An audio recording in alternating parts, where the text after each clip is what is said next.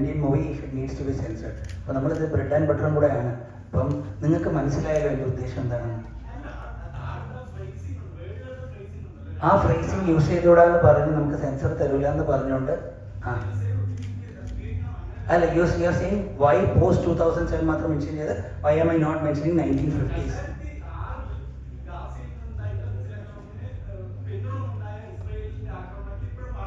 Bro നമ്മളെല്ലാവരും അല്ല കുറേ പേരൊക്കെ ഇസ്രായേൽ സപ്പോർട്ടറാണ്. വാട്ട് ഈസ് പാലസ്റ്റീൻസ് നാരേറ്റീവ് എന്നും കുറേ പേരുടെ കയ്യിലൊക്കെ ഉണ്ട്. നമ്മളൊരു ഫിലിം എടുത്തപ്പോഴത്തേക്ക് നമ്മൾ ആ ഒരു സീനിന് യോജിക്കുന്ന പോലെ എനിക്ക് തോന്നിയത് ഒരു അറ്റാക്കിന് അറ്റാക്ക് ചെയ്ത ഒരു ഇൻഫർമേഷൻ മാത്രമായിട്ടാണ് ഞാനത് യൂസ് ചെയ്തേക്കുന്നത്. അതിൻ്റെ പൊളിറ്റിക്സും അതിൻ്റെ സോഷ്യൽ പൊളിറ്റിക്സും ഒന്നും നോക്കിയിട്ടില്ല. അങ്ങനത്തെ രണ്ടാമത്തെ ഒരു കാർഡ് യൂസ് ചെയ്തായിരുന്നു. ആ കാർഡ് എനിക്ക് സെൻസർ ബോർഡ് പറഞ്ഞ് യൂസ് ചെയ്തുകൂടാന്ന്. അങ്ങനെ നമ്മൾ ആ കാർഡ് മാറ്റി അപ്ഡേറ്റ് കൊടുത്തു. അപ്പോൾ സെൻസർ ബോർഡ് വീണ്ടും പറഞ്ഞു അത് യൂസ് ചെയ്തുകൂടാന്ന്. പിന്നെ അപ്ഡേറ്റ് കൊടുത്തു. അപ്പോൾ എനിക്ക് സിനിമ ചെയ്തുകൊണ്ടിരിക്കണം. ഞാൻ സെൻസർ ബോർഡിൻ്റെ കൂടെ അജിറ്റേറ്റ് ചെയ്യാനോ അങ്ങനെ അഫക്റ്റ് ചെയ്യാൻ വേണ്ടി ഇറങ്ങിയിരിക്കുന്നില്ല. അപ്പോൾ ഇതൊരു ഒറ്റ ക്വിക്ക് ആയിട്ടുള്ളൊരു തോട്ടിൽ വരുന്ന സാധനമല്ല.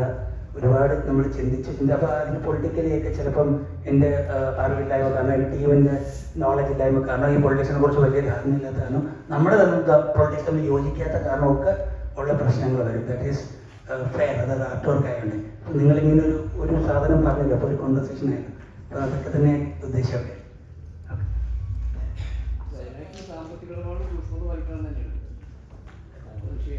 ആ എന്താ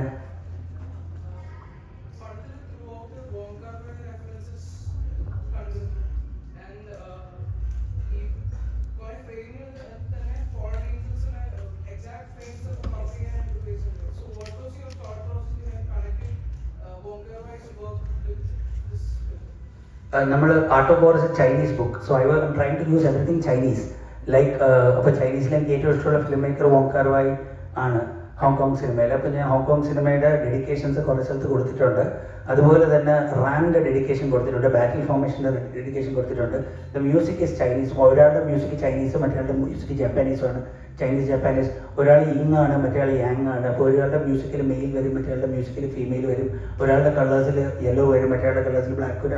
അങ്ങനെ ഇതൊരു dedication based on Chinese. Suni running A Chinese restaurant is actually my cinema. എന്ന് വെച്ച് കഴിഞ്ഞാൽ ഒരു ഇന്ത്യൻ മെയ്ഡ് ചൈനീസ് റെസ്റ്റോറൻറ്റ് പോലത്തെ ഒരു പരിപാടിയാണ്. അപ്പോൾ നമ്മൾ ചൈനീസ് ഫുഡ് കാണിക്കുകയും ചെയ്യും എല്ലാം അങ്ങനെ. അപ്പോൾ എനിക്കറിയാവുന്നുള്ളൊരു നല്ല ഇഷ്ടപ്പെടുന്ന ഒരു സിനിമാറ്റോഗ്രാഫറാണ് ക്രിസ്റ്റഫർ ഡോയൽ. ക്രിസ്റ്റഫർ ഡോയലിൻ്റെ വർക്കിനെ കുറച്ച് കാണിച്ചിട്ടുണ്ട്. പിന്നെ വിക്ടോറിയ സെറോറയുടെ വർക്ക്സിനെ നമ്മൾ ഡെഡിക്കേറ്റ് ചെയ്തിട്ടുണ്ട്. അപ്പോൾ നമുക്ക് ഇങ്ങനെയൊക്കെ ഒരു ചൈനീസ് ഫ്രെയിം കൊണ്ടുവരാൻ പറ്റും. നമ്മൾ റാൻഡം സിനിമയിൽ ഇത് കൊണ്ടുവന്നു കഴിഞ്ഞാൽ ഒട്ടും യോജിക്കത്തില്ല. അപ്പോൾ ഇതിൽ ചൈനീസൊക്കെ ആയതുകൊണ്ട് കൊണ്ടുവന്നേക്കുന്നത്. DOPക്ക് ആഡ് ചെയ്യാൻ പറ്റും എന്തെങ്കിലും?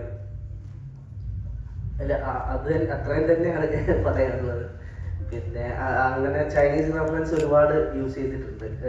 കളേഴ്സിലാണെങ്കിലും കോമ്പോസിഷൻ മീൻസ് അങ്ങനത്തെ ലെൻസിങ്ങിലാണെങ്കിലും ഒക്കെ വോങ് കാർ വൈയൊക്കെ ഒരുപാട് ഫോളോ ചെയ്തിട്ടുണ്ട്.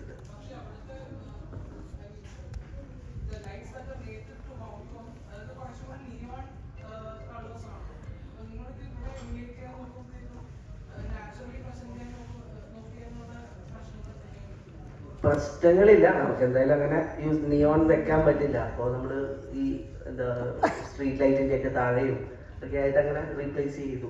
അത്രേ. രണ്ട് ഷെഡ്യൂൾ 25-26 ഡേയ്സ് ഷൂട്ടിലുണ്ടായിരുന്നു.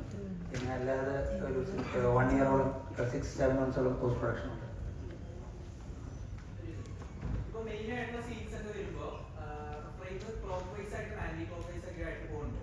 Thank you.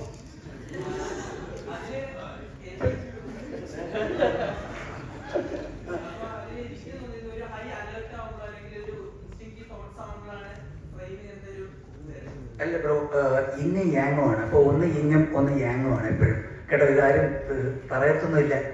അപ്പം നമ്മൾ തന്നെ അത് പറയണം. കാരണം ഇപ്പം നിങ്ങൾ സ്ക്രിപ്റ്റ് നോക്കിക്കഴിഞ്ഞാൽ ഒരാൾ പോസിറ്റീവായിട്ട് അയാൾ നെഗറ്റീവ് ആവും, ഒരാൾ നെഗറ്റീവായിട്ട് അയാൾ പോസിറ്റീവ് ആവും. മ്യൂസിക് നോക്കിക്കഴിഞ്ഞാൽ അങ്ങനെയാവും. രണ്ട് പാട്ടുകൾ, ഒരു പാട്ട് യുദ്ധമുറയും ഒരു പാട്ട് യുദ്ധത്തിനെതിരും.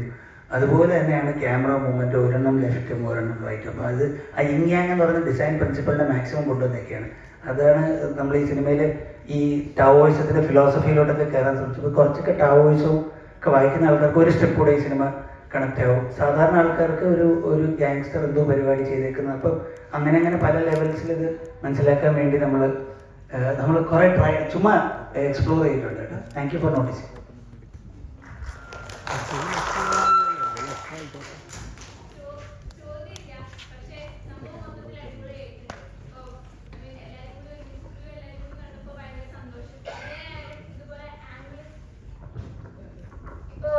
ശ്രദ്ധിച്ച പോലെ ആംഗിളുകളായാലും ഇപ്പൊ ഞാൻ ശ്രദ്ധിച്ചൊരു കാര്യമായിരുന്നു, ഇന്റർവ്യൂ അല്ല, പോലീസ് ചോദ്യം ചെയ്യുമ്പം മറ്റേ കൂടുതലുള്ള ആൾക്കാരെയൊക്കെ ലോ ആംഗിൾ ഹൈ ആംഗിളിലും, സുനി വന്നപ്പോൾ അത് ലോ ആംഗിളിലും, പോലീസുകാർ ആ ഒരു കാര്യങ്ങളൊക്കെ മൊത്തത്തിൽ അടിപൊളി. എന്താ പറയാ, ഭയങ്കര സന്തോഷം എല്ലാവരും കൂടി കണ്ടപ്പോ. അത് ഓരോരുത്തരും വന്ന് പറയണമെന്നുണ്ട്, പക്ഷെ അതിനുള്ള സമയം കഴിഞ്ഞാൽ ഉണ്ടാവില്ല. അപ്പൊ മൊത്തത്തിൽ ഒന്ന് പറയണമെന്ന് വിചാരിച്ചു.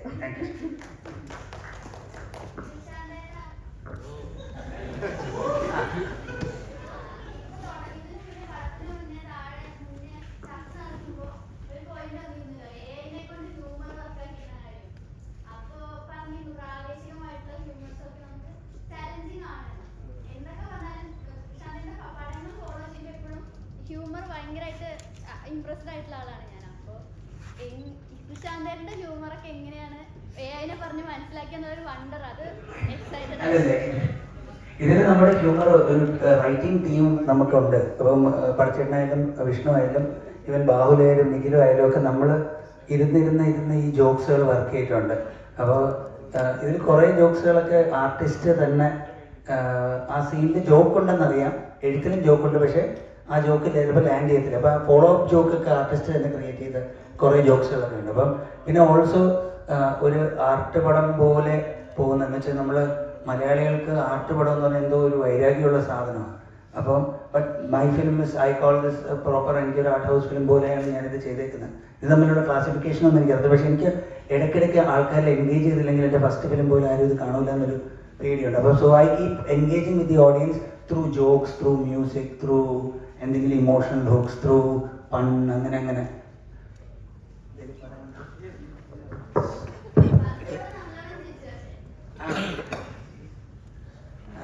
കുറേ പേര് ചിരിച്ചു.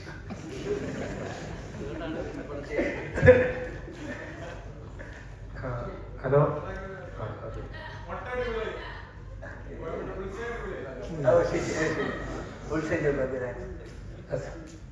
ഒരു ചോദ്യമുണ്ട്. ഓക്കെ, സിനിമ എനിക്ക് ഭയങ്കരമായിട്ട് ഇഷ്ടപ്പെട്ടു. ഞങ്ങൾ ഇവിടെ തന്നെ ഇരുന്നിട്ടാണ് ഫസ്റ്റ് പടം കണ്ടത്, ആവാസ വ്യൂഹം. അപ്പൊ ആവാസ വ്യൂഹത്തിനെയാണോ നേരത്തെ പറഞ്ഞ ഉദ്ദേശിച്ച് ഫസ്റ്റ് പടം ആൾക്കാരെ ശ്രദ്ധിച്ചിട്ട്? അപ്പൊ ഈ പറഞ്ഞ പോലെ ഇന്റൻഷനലി ജോക്സ് ഇത് കൊണ്ടുവരാനുള്ള ശ്രമം, അത് ആക്ച്വലി ഭയങ്കര ഹിറ്റായെന്ന് എനിക്ക് തോന്നുന്നു. കാരണം ഇത് കോമൺ ആൾക്കാർക്കും ഒരു ഫെസ്റ്റിവൽ മൂവി എന്നുള്ള തിയേറ്റർ റീൽസിനും എൻജോയ് ചെയ്യപ്പെടുന്നതാണ് എനിക്ക് തോന്നിയത്. അതെ, ഞാൻ ഈ ഒരു നോളജ് ആക്സസ് പോലത്തെ ഒരു പരിപാടിയിൽ ഭയങ്കരമായിട്ട് ഇൻവെസ്റ്റ് ചെയ്യുന്നുണ്ട്. അതായത് നമുക്ക് കമ്മ്യൂണിക്കേറ്റ് ചെയ്യേണ്ട ഇൻഫർമേഷൻ നമുക്ക് പാക്കേജ് ചെയ്യുമ്പോൾ അതിന് കുറച്ചുകൂടെ ആൾക്കാർക്ക്, അതായത് ഈ നോളജിന് ആക്സസ് ഉള്ള ആൾക്കാർ മാത്രമല്ലാത്ത രണ്ടുപേരും കൂടെ നമ്മുടെ മെറ്റീരിയൽ കണ്ടു കഴിഞ്ഞാൽ നമുക്ക് ഇനി മെറ്റീരിയൽ ഉണ്ടാക്കാനുള്ള ഒരു എനർജിയും കിട്ടും, പൈസയും കിട്ടും. അപ്പം ഞാൻ അതുകൊണ്ട് അങ്ങനെ സീൻസുകളെല്ലാം വർക്ക് ചെയ്യാറുണ്ട്. ആദ്യത്തെ ഫിലിമിൽ നിന്ന് മാറി. ആദ്യത്തെ ഫിലിം കുറച്ചുകൂടെ ജെന്യുവൻ ആയിരുന്നു. പിന്നത്തേലൊക്കെ ഇങ്ങനത്തെ ഡിസൈൻ കമ്മ്യൂണിക്കേഷൻ കോംപ്രമൈസ് അല്ല, എനിക്ക് ആൾക്കാരെ ചോദ്യം ആയിരുന്നില്ല. നമ്മളിപ്പോ അത് ആക്ച്വലി നേരത്തെ ഒരു ചോദ്യത്തിന് ഉത്തരമായിട്ട് പറഞ്ഞു കഴിഞ്ഞു. പക്ഷെ എന്നാലും സ്റ്റിൽ ഇതിലിപ്പോ ആദ്യം നമ്മൾ കാണുമ്പോൾ കൊടമഴ സുനി എന്ന് പറയുന്നൊരു നെഗറ്റീവ് ക്യാരക്ടർ ആണെങ്കിലും നമുക്കൊരു പ്രസന്റബിൾ ആള്, ഇപ്പം ഒതുങ്ങി ജീവിക്കുന്നു, വലിയ കുഴപ്പമൊന്നുമില്ലാത്തൊരു മനുഷ്യൻ എന്ന രീതിയിൽ തോന്നുമെങ്കിൽ പോലും അവസാനമാകുമ്പോൾ ഇയാളൊരു കട്ട നെഗറ്റീവ് ക്യാരക്ടർ ആണെന്നും സ്വാഭാവികമായിട്ടും കുഞ്ഞനന്തൻ ചെയ്തത് ജസ്റ്റിഫൈഡ് ആണെന്നും നമുക്ക് തോന്നും. പക്ഷെ ലാസ്റ്റ് ഒരു പോപ്പുലർ മൂവിയുടെ അഗേൻസ്റ്റ് ആയിട്ട് സാധാരണ റിയലിസ്റ്റിക് ആയിട്ട് കുഞ്ഞനന്തൻ മരിക്കുന്ന പോലെ കാണിക്കുന്നത്, അത് റിയലിസ്റ്റിക്കായി ഇന്റൻഷനലി വെക്കുന്നതാണോ? ഒരു ഈ ടൈപ്പ് ഓഫ് ഇത് ആർട്ട് ഓഫ് വാറിൽ നമ്മൾ പറയുന്നത് വെച്ച് കഴിഞ്ഞാൽ നല്ല യുദ്ധതന്ത്രമുള്ള ആൾ ജയിക്കും എന്നാണ്. അപ്പോൾ ഒരാൾ നല്ല ഓർഗനൈസ്ഡ് ആയിട്ടുള്ള, അയാളുടെ ഒരു സൈന്യാധിപനുണ്ട്, ഒരു തേരാളിയുണ്ട്, അയാൾ അടുക്കളയിൽ പോകുമ്പം വിഷമിട്ടോ നോക്കാൻ ആളുണ്ട്, ഒരു രാജാവിനെ പോലെ പ്രോപ്പർ ഓർഗനൈസ്. മറ്റവരെന്ന് പറഞ്ഞാൽ തമ്മിൽ അങ്ങോട്ടും ഇങ്ങോട്ടും അമ്മയ്ക്ക് വിളിച്ചും ഒരു ഓർഗനൈസ്ഡ് ഇല്ലാത്ത ഒരു ടീമാണ്. അപ്പം ഓർഗനൈസ്ഡ് ആയിട്ട് ഡിസൈൻ ആ യുദ്ധം പ്ലാൻ ചെയ്യുന്ന ആൾക്കാർ ജയിക്കും. അത് ചിലപ്പോൾ അത് ക്യാപിറ്റലിസ്റ്റ് രാജ്യങ്ങളായിരിക്കാം, ചിലപ്പോൾ അത് ഏറ്റവും കൂടുതൽ ന്യൂക്ലിയർ പവറുള്ള രാജ്യങ്ങളായിരിക്കാം. അപ്പോൾ സമ്പടി അങ്ങനത്തെ ബാക്കിയുള്ളവർക്ക് അത് ചെയ്യാൻ പറ്റുന്നത്. അപ്പം അങ്ങനത്തെ ഒരു ഉദ്ദേശം കൊണ്ടാണ് കുഞ്ഞിനെ കൊന്നത്. കുഞ്ഞൻ എണിച്ച് ഫൈറ്റ് ചെയ്ത് നമ്മൾ ഒരു ദിവസം കൂടെ ഷൂട്ട് ചെയ്ത് കഴിഞ്ഞാൽ ഇത് ചിലപ്പോൾ ഭയങ്കര ഇൻട്രസ്റ്റിംഗ് സിനിമയാവുമായിരിക്കും. പക്ഷെ അതല്ല ഉദ്ദേശം.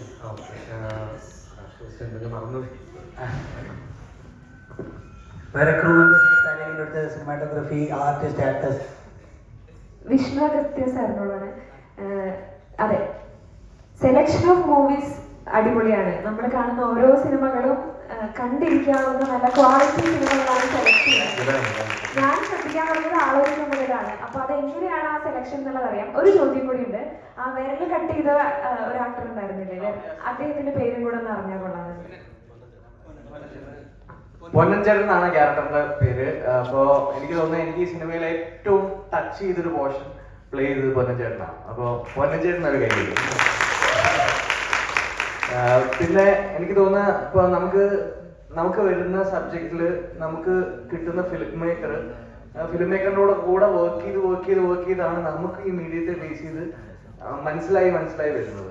അതിൽ കൂടുതൽ ഒരു ആക്ടർക്ക് എനിക്ക് തോന്നുന്നു ഇന്നിപ്പോ നമ്മൾ കണ്ടേക്കുന്ന എല്ലാ ലെജൻസും ഒരുപാട് ഡിഫറെന്റ് ഫിലിം മേക്കേഴ്സിന്റെ കൂടെ വർക്ക് ചെയ്ത് അമാൽഗമേറ്റ് ചെയ്ത വിവരമാണ് അവർക്കുള്ളത്. അപ്പോ ഞാനും ആ എന്താ പറയുക, എന്റെ മുന്നേ പോയ ലെജൻസ് നടക്കുന്നത് പോലെ നല്ല ഫിലിം മേക്കേഴ്സിനെ തേടി നടക്കുക മാത്രമാണ് ചെയ്യുക.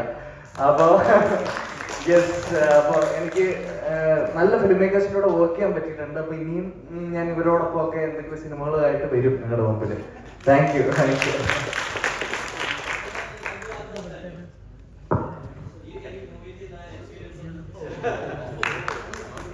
ഈ രണ്ട് വാക്ക് സംസാരിക്കുന്നത് കാരണം പലപ്പോഴും കഴിഞ്ഞ ഷോയൊക്കെ കഴിഞ്ഞപ്പോൾ ഞാൻ പുറകോട്ട് പോവുക ചെയ്തത്. ഇപ്പൊ പറഞ്ഞ രണ്ട് വാക്കിൽ മതിയോ? ഞങ്ങള് വളരെ നേരത്തെയുള്ള സുഹൃത്തുക്കളാണ് എല്ലാവരും തന്നെ. അപ്പോൾ സിനിമയുമായിട്ട് അതുപോലെയുള്ള വർക്കുകളായിട്ട് ഒരുമിച്ചൊരു സിനിമ ചെയ്യാൻ കഴിഞ്ഞതിന്റെ സന്തോഷമുണ്ട്, പ്രത്യേകിച്ച് ഇതുപോലത്തെ ഒരു സിനിമയുടെ. Thank you.